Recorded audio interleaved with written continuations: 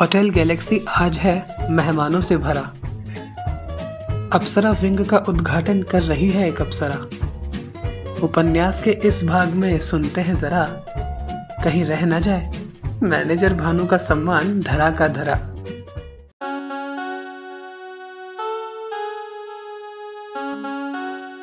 Can I hold your hand, एक खूबसूरत एहसास, कोमल अग्रवाल की कलम से निकला उपन्यास।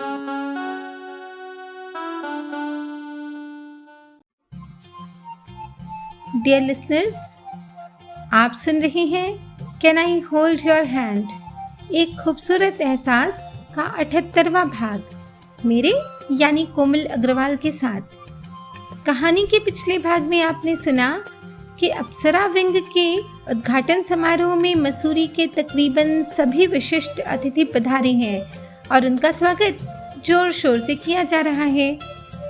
भानु भी शाम होते तक होटल पहुंच जाता है और उसके बाद पहुंचते हैं सूरज और पाखी। सभी से पाखी का परिचय होता है। तभी पुलिस जीप में सवार सिंघाल सादे लिबास में होटल में प्रवेश करता है। अब आगे। सूरज की हातिम ताई वाली बात सुन सिंघाल बेहद प्रभावित हुआ। आप वाकई लाजवाब है मिस्टर सूरज। उसकी हंसी कुछ ऐसी थी कि आसपास वालों ने पलटकर उसे देखा। भानु जो उसकी तरफ पीठ किए खड़ा था पलटा और उसके होश उड़ गए। उसे अपना सर घूमता हुआ सा मालूम हुआ। तभी प्रभात ने उसे देखा और पुकारा, अरे मैनेजर बाबू, आप वहाँ क्या कर रहे हैं? यहाँ आइए। सिंघाल ने उस तरफ देखा तो उसे भानु दिखा, जिसके चेहरे का रंग उसे देखते ही उड़ गया था। वह हैरत से उसे देखने लगा। एक गुंडे का भाई और 5 सितारा होटल का मैनेजर। सूरज ने परिचय करवाया, ये हैं मिस्टर भानु शंकर, हमारे होटल के कर्ता धर्ता। बहुत भरोसा करते हैं मेरे डैडी इन पर। उसने जिस अंदाज में कहा तो प्रभात के चेहरे पर हल्की मुस्कान आई। सिंघाल किसी और सोच में ही डूबा था। भानु का कच्चा चिट्ठा शायद इनको मालूम नहीं। ये तो वह भानु के रंग उड़े चेहरे को देखकर ही समझ गया था। ये पुलिस ऑफिसर जेडी सिंघाल हैं। क्रिमिनल इनके नाम से भी थर थर कांपते हैं। प्रभात ने भानु को डराया। भानु उसे नमस्ते कर काम का बहाना कर चला गया। आपके मैनेजर को लगता है पुलिस वालों से एलर्जी है, सिंघाल ने कहा। पता नहीं इन्हें क्या हो गया। खैर आप हमारे साथ आइए। कहते हुए सूरज प्रभात के साथ सिंघाल को ले सब अतिथियों के बीच आया।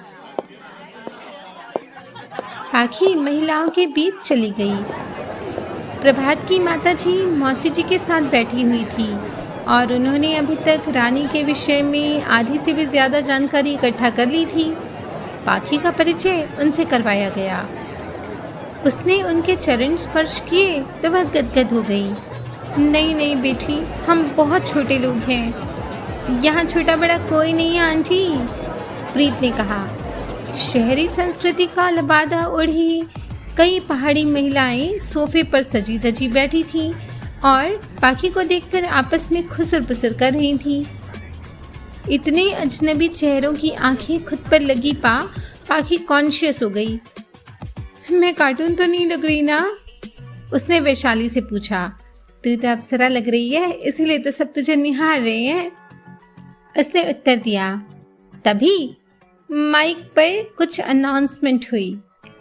Ladies and gentlemen, now we welcome the special guest of this inauguration ceremony of Apsara Wing, and she is none other than Mrs. Pakhi Suraj Pratap Singh.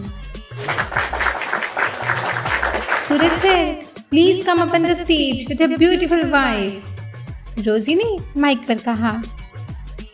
Dark green blazer पहने सूरज तो कांजीवरम की डबल शेडेड साड़ी पहनी पाखी सूरज की बाह थामे stage पर आई। दोनों को फ्लावर्स का बुके दिया गया।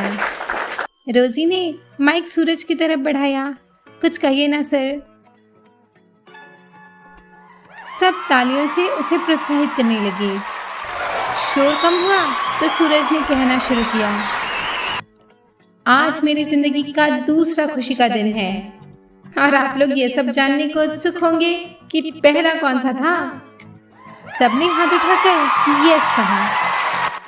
पहला वो था जब इन्होंने पहली बार मुझे लिफ्ट दी थी, आई मीन ग्रीन सिग्नल। एक जोर का ठहाका लगा। और दूसरा आज है जब वो सपना पूरा होने जा रहा है जिसे मैंने खुली आंखों से देखा है। आज आप सबके सामने उस सपने को मैं तोहफे के रूप में देना चाहता हूँ। कहते हुए सूरज ने रोजी के हाथ में पकड़ा एक मखमली बॉक्स लिया और पाखी को प्रेजेंट किया। पाखी आश्चर्य से सूरज को देख रही थी। ये मेरी तरफ से तुम्हें शादी का तोहफा है, सूरज ने कहा। Madam, it's a big surprise from Suraj sir, please open it, रोजी ने रिक्वेस्ट की। पाखी ने बॉक्स खोला। उसमें एक चमकती सुनहरी चाबी थी। उसने उलट पुलट कर देखा। उसमें हीरो से अप्सरा का नाम खुदा हुआ था। सूरज ने चाबी की तरफ संकेत करके कहा, ये अप्सरा विंग मेरी तरफ से तुम्हें शादी का तोहफा है। हर कोई ताली बजा रहा था। आइए, लिली ने उन्हें एस्कॉर्ट किया। स्टेज से उतर सब होटल के दूसरे हिस्से में गए। सब लोग उनके पीछे हो लिए। म्यूजिक लाउड हो गया। एस्केलेटर पर पैर रख सब ऊपर की तरफ चले आए। वेलकम की मुद्रा में हाथ जोड़े एक अप्सरा की मूर्ति शीशे के डोर के दाहिनी ओर मुस्कुरा रही थी। चाबी लगाओ मेरी चिड़िया, सूरज ने कहा, पर पाखी की निगाहें किसी को तलाश कर रही थी। भैया आइए, सूरज ने प्रशांत को पुकारा। सब हंसने लगे। देखा बहन भाई का प्यार, गुरविंदर ने कहा। प्रशांत पाखी के पास आया तो वह आश्वस्त हुई और उसने गोल नॉब में चाबी लगाई। सूरज ने नॉब घुमाया। दरवाजा सर्र से खुल गया। आलीशान अप्सरा विंग सामने था। सभी ने ताली बजाई। लॉबी में बड़ा ही सुंदर नज़ारा था। एक बड़ी ग्लासी विंडो से बाईं तरफ का पूल नजर आ रहा था और बाईं तरफ था रिसेप्शन एरिया। सामने की तरफ विजिटर सिटिंग एरिया था। एक क्लाउन सभी बच्चों के बीच प्रकट हुआ और अब वो सांता क्लॉज की तरह सब बच्चों में अपनी ट्रॉली में से निकाल कर गिफ्ट्स बांट रहा था। Pencil box, tiffin, water bottle, Kinder Joy, colour boxes, games और कई तरह के खिलौने जो चाबी घुमाने पर नाचना गाना शुरू कर देती थी। Kitchen, dining space, yoga room, gym, banquet hall, conference area, staff cabins और कपल स्पेशल स्वीट्स दिखा सूरज सभी को एक आलीशान कैबिन में ले आया। कैबिन के दरवाजे के बाहर पाखी ने अपने नाम की तख्ती टंगी देखी। ये क्या है? वह आश्चर्य से पूछने लगी। ये तुम्हारा कैबिन है मेरी जान, सूरज ने अंदर उसे लाते हुए कहा। वह अचरज से देख रही थी। पहले भी तो जॉब करती थी ना, अब भी करना, लेकिन एम्प्लॉय की हैसियत से नहीं, ओनर की हैसियत से। सूरज ने उसे एक रिवॉल्विंग चेयर पर बिठाया। मुझसे नहीं होगा ये सब, तुम तो बिल्कुल पागल हो। मीनाक्षी और प्रशांत भी अंदर आ गए थे। सूरज जी ठीक तो कह रहे हैं, कोठी पर दिन भर पड़े पड़े क्या करोगी? मीनाक्षी ने कहा। ये हुई ना बात भाभी, आप ही समझाइए भैया। सूरज ने प्रशांत की तरफ आशा भरी निगाहों से देखा। तुम्हें जमाई बाबू का साथ देना है गुड़िया, हर परिस्थिति में, प्रशांत ने कहा तो पाखी ने सहमति में सिर हिलाया और जी भैया कह सबको खुश कर दिया। प्रभात सूरज का इशारा पा दराज में चाबी लगा उसे खोलने लगा, पर वह खुला नहीं। रानी ने उसकी मदद की और अंदर से प्रभात ने एक लिफाफा निकाला। लीजिए, उसने पाखी की तरफ एक लिफाफा बढ़ाया। इसमें क्या है? खोल कर देखो। सूरज मुस्कुराया। ये सब तो कानूनी दस्तावेज हैं। पाखी एक एक कर हैरानी से सारे कागज देख रही थी। उसे समझते हुए देर न लगी कि सूरज ने अप्सरा विंग उसके नाम पर किया है और ये सब उसी के दस्तावेज हैं। वह उठ खड़ी हुई। मुझे ये सब नहीं चाहिए, वह भावुक होते हुए बोली। तुम मेरे साथ हो, इतना बहुत से भी ज्यादा है मेरे लिए। कहते हुए उसकी आंखें भीग गई। हरीश ने माहौल को हल्का करने के लिए चुटकी ली। अगर मैं वैश के नाम ऐसा होटल कर दूंगा ना, तो ये मुझे छोड़ होटल से ही शादी कर लेगी। वैशाली ने उसे चुटकी काटी। ज्यादा होशियार मत बनिए, मेरे जीजू की बराबरी है ना दुनिया में कोई नहीं कर सकता। बात तो सही है सूरज जी, पर आपने ये अच्छा नहीं किया। भीड़ में से कोई बोला। सबने पलटकर उस ओर देखा। सिंघाल मुस्कुरा रहा था। सब उसे घूरने लगे। घूरिए मत, मैं तो ये कह रहा था कि आज हम सब जब घर लौटेंगे तो हमारी पत्नियां हमें झाड़ू से पीटेंगी। वो क्यों भला? प्रशांत ने पूछा। सिंघाल के कुछ कहने से पहले ही प्रीत बोल पड़ी। क्योंकि आप लोगों ने उन बेचारियों को होटल गिफ्ट करना तो दूर, होटल में खाना तक नहीं खिलाया है आज तक। गुरविंदर सूरज पर नाराज होता हुआ बोला, ये सब करना ही था तो गुपचुप कर लेते, हमारी तो शामत ही आ गई ना। जोर का ठहाका लगा और पाखी भी हंस पड़ी।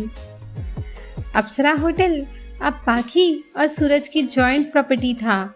ये जान बुआ जी और मीनाक्षी तो भीतर ही भीतर बहुत कुढ़ रही थी, पर अपना उल्लू सीधा करने की भी बात सोच रही थी। बाकी सभी लोग सूरज के फैसले से बहुत खुश थे। पार्टी शुरू हो गई थी। लॉन में जगह जगह स्टॉल लगे थे। बफे कल्चर के साथ ट्रेडिशनल कल्चर का भी मिक्सअप किया गया था। कई वेटर्स और वेट्रेस ऑर्डर सर्व कर रहे थे। ये बढ़िया लगा बिटिया, नहीं तो लाइन में खड़े खड़े कमर ही दुख जाती है, मौसी जी ने तारीफ की। इंडियन, इटालियन, चाइनीज, कॉन्टिनेंटल हर तरह के फूड का अरेंजमेंट था। होटल स्टाफ एक ही तरह की पोशाक पहने चुस्ती से काम कर रहे थे। रघु और शिबू को कोठी की रखवाली के लिए छोड़ शंकर काका, राधा काकी और मंगलू के साथ आ गए थे। राम भली करे, आज तो प्रसादी बट रही है, मंगलू ने कहा। वह अभी अपनी थाली भरकर बैठा ही था कि झुमकी आती दिखाई दी। थाली में 4 लोगों का खाना देख झुमकी हैरानी से पूछ बैठी, इतना सब आप खाएंगे महाराज? हमने आज कुछ भी नहीं खाया ना, राम भली करे, मंगलू ने रुआसी आवाज में कहा। अच्छा, और वो 1 दर्जन केले और 2 लीटर दूध, क्या आपका भूत कटक गया? झुमकी ने सुबह का नाश्ता गिनाया। वो तो हम सोमवारी किए रहे, तो शिवजी का प्रसादी लिए रहे। मंगलू की बात सुन झुमकी बोली, राम भली करे, पेट है कि कुआं? उधर स्टेज पर नाच गाने का कार्यक्रम चल रहा था और लोग उसका आनंद लेते हुए खा पी रहे थे। प्रभात ठीक से प्लेट पकड़ नहीं पा रहा था क्योंकि उसके बाएं हाथ पर प्लास्टर लगा हुआ था। रानी ने देखा तो उसकी मदद के लिए आई। आप चलिए, मैं आपकी प्लेट लगा लाती हूँ, सिर्फ इतना बता दीजिए कि आप क्या खाना पसंद करेंगे, उसने कहा। तो प्रभात मना नहीं कर पाया। मेरे लिए डोसा ले आइएगा, उसने कहा। वह आकर मंगलू के पास बैठ गया। मंगलू बिना आगा पीछा देखे खाने में मगन था। तभी रानी प्लेट ले वहां आई। उसने प्लेट सामने रख प्रभात से खाने का अनुरोध किया। आप नहीं लेंगी? प्रभात ने पूछा। तभी मंजीत उसे देख वहां आया। पता नहीं सब कहाँ चले गए, वह बोला। सब स्टेज के पास हैं, प्रभात ने बताया। नीलम भी बड़ा अकेला अकेला सा महसूस कर रही थी। सूरज और पाखी उनके गेस्ट के साथ बिजी हो गए थे और हरीश वैशाली इकट्ठे घूम रहे थे। प्रीत महिलाओं के बीच बैठी गृहस्थिन हो गई थी। आप वहाँ अकेले क्या कर रही हैं? यहाँ आइए ना, मंजीत ने नीलम को पुकारा। वह पास आई और सब वहीं बैठ गए। एक वेटर को बुलाकर प्रभात ने सबके लिए कुछ न कुछ ऑर्डर किया। मेज पर रौनक हो गई। ढोकला, वाह मजा आ जाएगा, रानी ने खुश होकर कहा। बनाना आता है आपको? प्रभात ने उत्सुकतावश पूछा। गुजरातियों को ढोकला बनाना ना आए तो लानत है, उसने जवाब दिया। तब तो जो आपसे शादी करेगा वो तो ढोकलू ही हो जाएगा, इस ढोकले की तरह, प्रभात ने चुटकी ली। तब तो नीलम जी को भी पंजाबी खाना बनाना आता होगा। मंजीत ने चोर नजरों से नीलम को देखा और पूछा। क्यों नहीं, दीदी से ज़्यादा अच्छी कुक हूँ मैं, नीलम ने कहा। बैड लक, हमें ये सब कहाँ नसीब होगा, मंजीत अचानक बोल पड़ा। नीलम का चेहरा उतर गया। मंजीत को अपनी भूल का एहसास हुआ। सॉरी, वो दरअसल मुझे पंजाबी खाने का बहुत शौक है ना, और माताजी तो बीमार रहती हैं, इसलिए। मंजीत ने भूल सुधारने का प्रयत्न किया।